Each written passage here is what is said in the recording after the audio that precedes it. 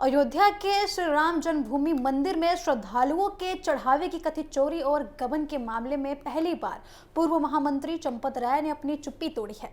Trust के महामंत्री पद से इस्तीफा स्वीकार किए जाने के एक दिन बाद उन्होंने सोशल मीडिया प्लेटफॉर्म एक्स पर एक भावुक पत्र साझा किया है और इस पूरे मामले पर उनकी विस्तृत प्रतिक्रिया भी निकलकर सामने आई है। उन्होंने स्पष्ट किया है कि जैसे ही एसआईटी की अंतिम रिपोर्ट सामने आएगी वे हर आरोप और हर सवाल का जवाब देंगे और पूरे सच को सामने रखेंगे।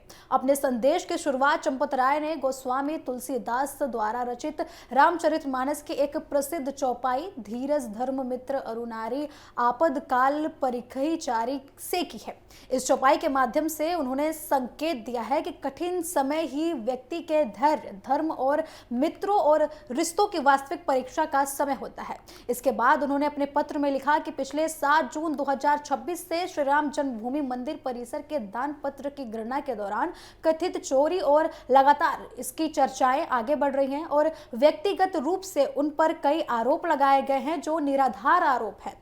चंपत राय ने कहा कि आरोपों के बावजूद भी उन्होंने अब तक मौन बनाए रखा है क्योंकि जांच प्रक्रिया चल रही है। उन्होंने ये भी लिखा कि ट्रस्ट की 6 जुलाई को हुई बैठक में एसआईटी की प्राथमिक रिपोर्ट प्रस्तुत की गई थी। ये रिपोर्ट सार्वजनिक भी हो चुकी है जबकि इसे अत्यंत गोपनीय रखा जाना था। उन्होंने कहा कि वे अंतिम रिपोर्ट आने तक कोई सार्वजनिक बहस नहीं करेंगे। उन्होंने लेकिन ये भी बोला है कि वे जांच पूरी होने तक वेट कर रहे हैं और आरोपों और तथ्यों के आधार पर जवाब देंगे और सच्चाई खुद ही सामने लाएंगे। उन्होंने अपने पत्र में यह भी लिखा कि लंबे सार्वजनिक जीवन का उन्होंने अपने उल्लेख भी किया है। उन्होंने लिखा कि अक्टूबर 1991 से संगठन के प्रचारक के रूप में उन्होंने उनको अयोध्या का दायित्व मिला था और लगभग 45 वर्षों का उनका सार्वजनिक जीवन एक खुली किताब की तरह है। उन्होंने कहा कि जहां जहां उन्होंने काम किया वहां पारदर्शिता और संगठन के प्रति समर्पण की उनकी पहचान रही है। अंत में उन्होंने सभी राम भक्तों और शुभचिंतकों को सम्मान पूर्वक अभिवादन भी किया। चंपत राय का यह बयान ऐसे समय में सामने आया है जब श्री राम जन्मभूमि तीर्थ ट्रस्ट ने उनकी ओर से दिए इस्तीफे को औपचारिक रूप से स्वीकार कर लिया है। ट्रस्ट की बैठक में उनके साथ ट्रस्ट सदस्य अनिल मिश्रा का भी इस्तीफा स्वीकार किया गया था। इसके बाद ट्रस्ट ने नए अस्थायी महामंत्री की नियुक्ति होने तक कृष्ण मोहन को अंतरिम महामंत्री नियुक्ति करने का जो फैसला लिया है।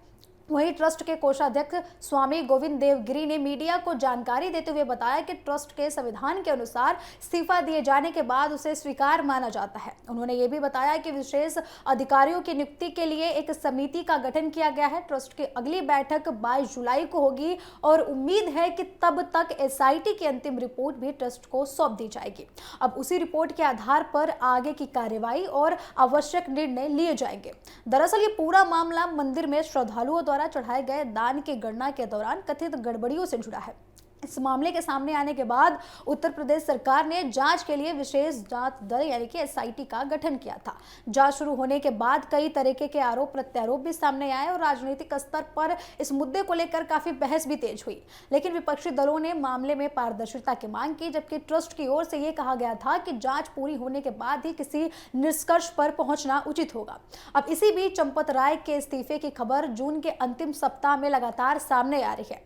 हालांकि ट्रस्ट ने औपचारिक रूप से 27 जून को पत्र जारी कर इसकी जानकारी दी है जबकि 6 जुलाई की बैठक में इसे अंतिम रूप दिया गया है। अब सभी की नजरें एसआईटी की अंतिम रिपोर्ट पर हैं क्योंकि उसी आधार पर यह तय होगा कि कथित चोरी के आरोपों में किसकी भूमिका रही है और उस पर क्या कार्रवाई होने वाली है। इस पूरे घटनाक्रम के बीच सबसे अधिक चर्चा अंतरिम महामंत्री बनाए गए कृष्ण मोहन को लेकर भी हो रही है। 73 वर्षीय कृष्ण मोहन भारतीय वन सेवा के पूर्व अधिकारी रह चुके हैं। वे महाराष्ट्र कैडर के आईएफएस अधिकारी भी थे और वर्ष 2012 में अतिरिक्त प्रधान मुख्य वन संरक्षण के पद से रिटायर हुए थे। सरकारी सेवा में आने से पहले उन्होंने कुछ वर्षों तक परमाणु ऊर्जा विभाग में वैज्ञानिक के रूप में भी काम किया है। उत्तर प्रदेश के हरदोई जिले के मूल निवासी कृष्ण मोहन लंबे समय से राष्ट्रीय स्वयंसेवक संघ यानी कि आरएसएस में विभिन्न जिम्मेदारियां निभाते रहे हैं।